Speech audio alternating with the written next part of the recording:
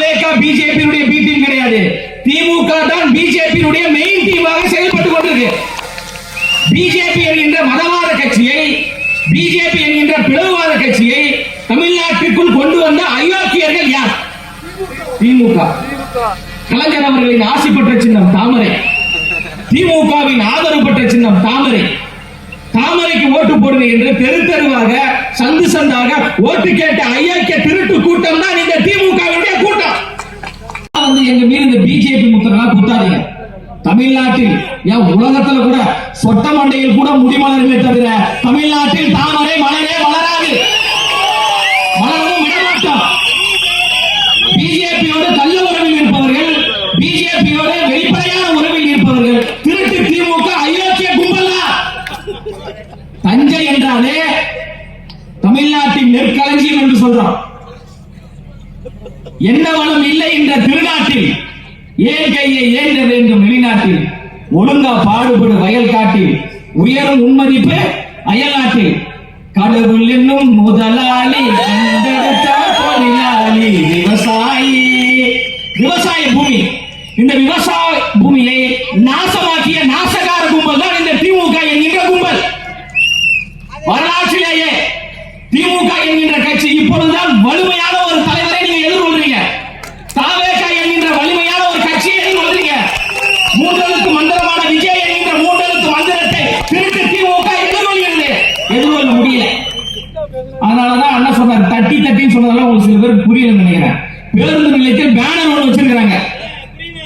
இந்த சகோதரியை போன்று பேசுவதற்கு யாராவது இருக்கிறார்களா? தற்கொலை கூட்டமே அப்படின்னு சொல்லிட்டு பேனர் வச்சிருக்காங்க திமுக கட்சியை சார்ந்தவர்கள். அந்த சிறுமி ஒரு அரசியல் தெளிவுள்ள செய்தி தான் நினைக்கிறேன்.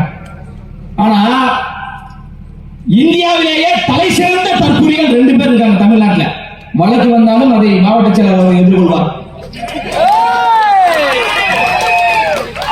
2 தற்கொலைகள் வெளிப்படையாக சொல்றேன்.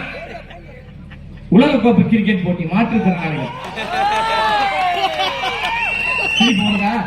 ஞாபகம் இருக்கா? ஒரு மாற்றுத்திறனாளி சகோதரங்க,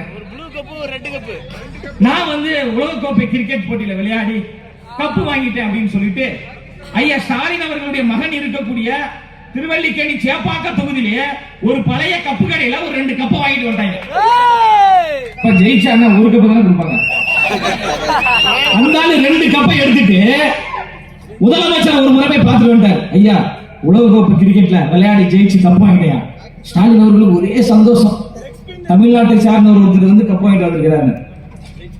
திருப்பி உதயநிதி ஸ்டாலின் பார்க்க போறாரு. யாரு? நம்ம சுதந்திர போராட்ட தியாகி கூத்தாடி. சிரிக்காதீங்க, கூத்தாடி தான். 2 வருஷத்துக்கு முன்னாடி நயன்தாராவோட டான்ஸ் ஆடியவர் தான் உதயநிதி ஸ்டாலின் அவர்கள். அதனால கூத்தாடி உதயநிதி ஸ்டாலினை பார்க்க போறாரு.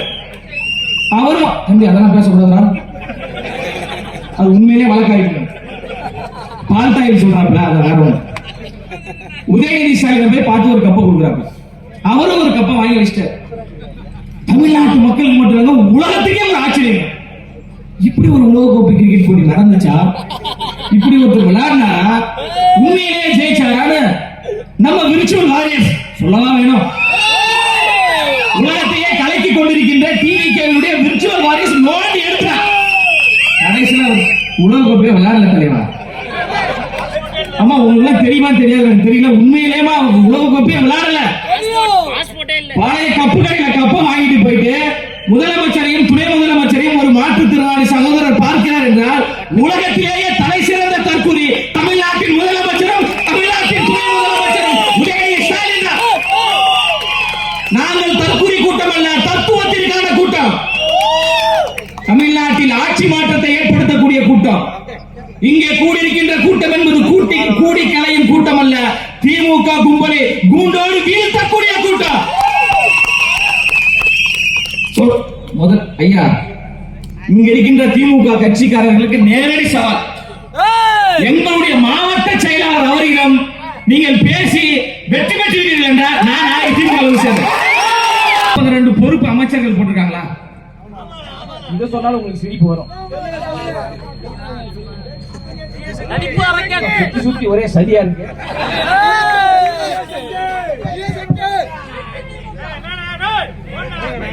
தம்பி டென்ஷன் ஆகுது, ஒன்னும் பிரச்சனை இல்லை. நடிப்பு அரக்கன், ஆஸ்கார் நாயகன், மாண்புமிகு அமைச்சர் அன்பில் மகேஷ் பொய்யாமொழி அவர்கள். அவர் சொல்றார், படிச்சு படிச்சு சொன்னப்பா, கண்டிஷனா ஃபாலோ பண்ணுங்க, கண்டிஷனா ஃபாலோ பண்ணுங்க. திருவள்ளூர் மாவட்டத்தில் அரசு பள்ளிக்கூடத்தில் 14 வயது மதிக்கத்தக்க ஒரு மாணவன் மதிய உணவு சாப்பிடுறான், ஒரு செவுத்துல சாஞ்சிக்கிட்டு. அந்த சிவர் இடிந்து விழுந்து அந்த மாணவன் இறந்து போறான். ஆஸ்கார் நாயகனே, நடிப்பு நாயகனே, போலி திராவிடவாதியே, கரூருக்கு போன மாதிரி ஏன் அந்த மாணவருடைய வீட்டுக்கு நீங்க போல? தமிழ்நாடு முழுவதும் இருக்கின்ற அரசு பள்ளிக்கூடங்களுடைய கட்டிடங்கள் விரிசல் ஏற்பட்டிருக்கு. மின்சாரம் இடிந்து விழுந்து மாணவருடைய தலைகளில் விழுகிறது. கழிவறைகள் இல்ல, பல பள்ளிக்கூடங்கள் ஆசிரியர்கள் இல்ல, சத்துணவு உணவில் புழுக்கள் இருக்கிறது, துர்நாற்றம் வீசுகிறது. நடிப்பு அரக்கனே, ஆஸ்கார் நாயகனே, ஏன் உங்களுடைய கால்கள் அந்த அரசு பள்ளி மாணவர்களுக்காக செல்லவில்லை? ஷெட்யூல்டு கொடுக்கல, ஃளைட் டிக்கெட் போடல, கரூருக்கு போன மாதிரி விரைவா போங்கன்னு. இன்னொரு அமைச்சர் இருக்கிறார், சொல்றான் பாரு, வரும் டைலாக். இல்ல இல்ல இது வேற ஒரு அமைச்சர் பா, இருப்பா சொல்றேன் கேள்பா. தன்னிடம் இருக்கக்கூடிய சொத்தை நாட்டு மக்களுக்காக கொடுத்தவர் ஜவஹர்லால் நேரு.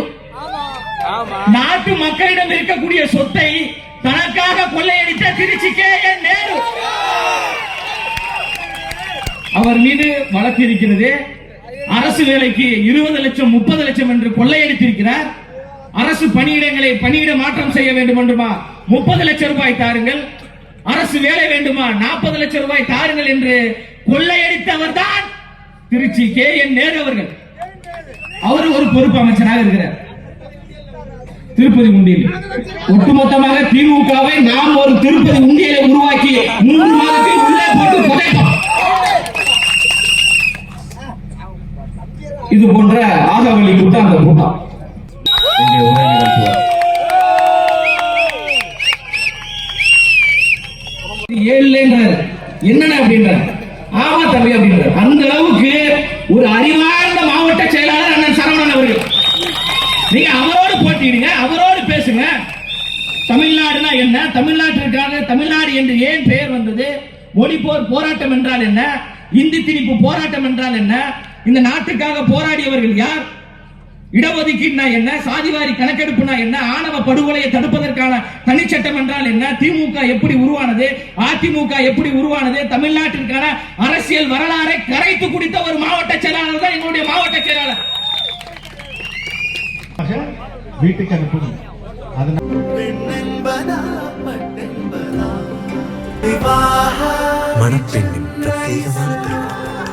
விவாஹா தி சென்னை சில்க்ஸ்.